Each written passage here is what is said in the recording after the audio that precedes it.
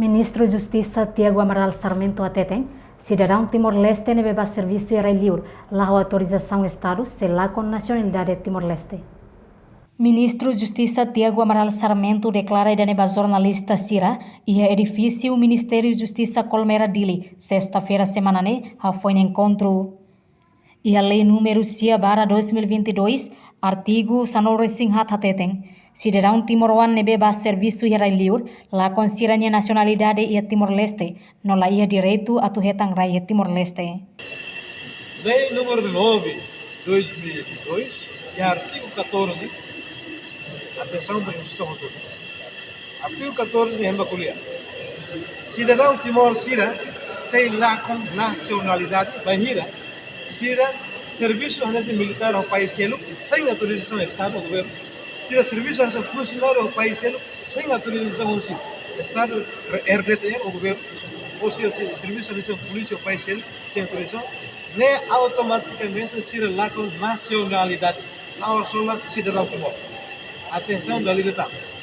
Lei número 9, 2002, artigo 14, até kata ema Timor Sira nebe ema serviço militar, a polícia, funcionário público, nação selo, sem autorização, Estado e governo, nem lá com linha nacionalidade.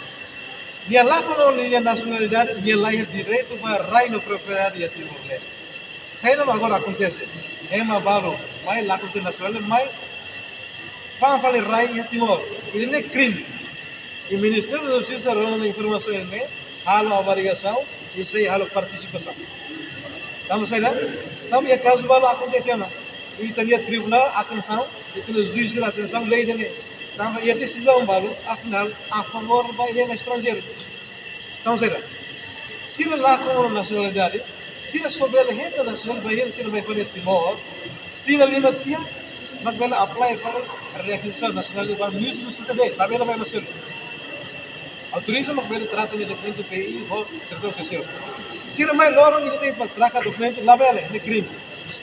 Ministério da Justiça Serviço Hamotu com instituição Sira, hanesam pedi haze, ka pentel no tribunal, atu assegura cidadão Sira nebela com Sira na nacionalidade.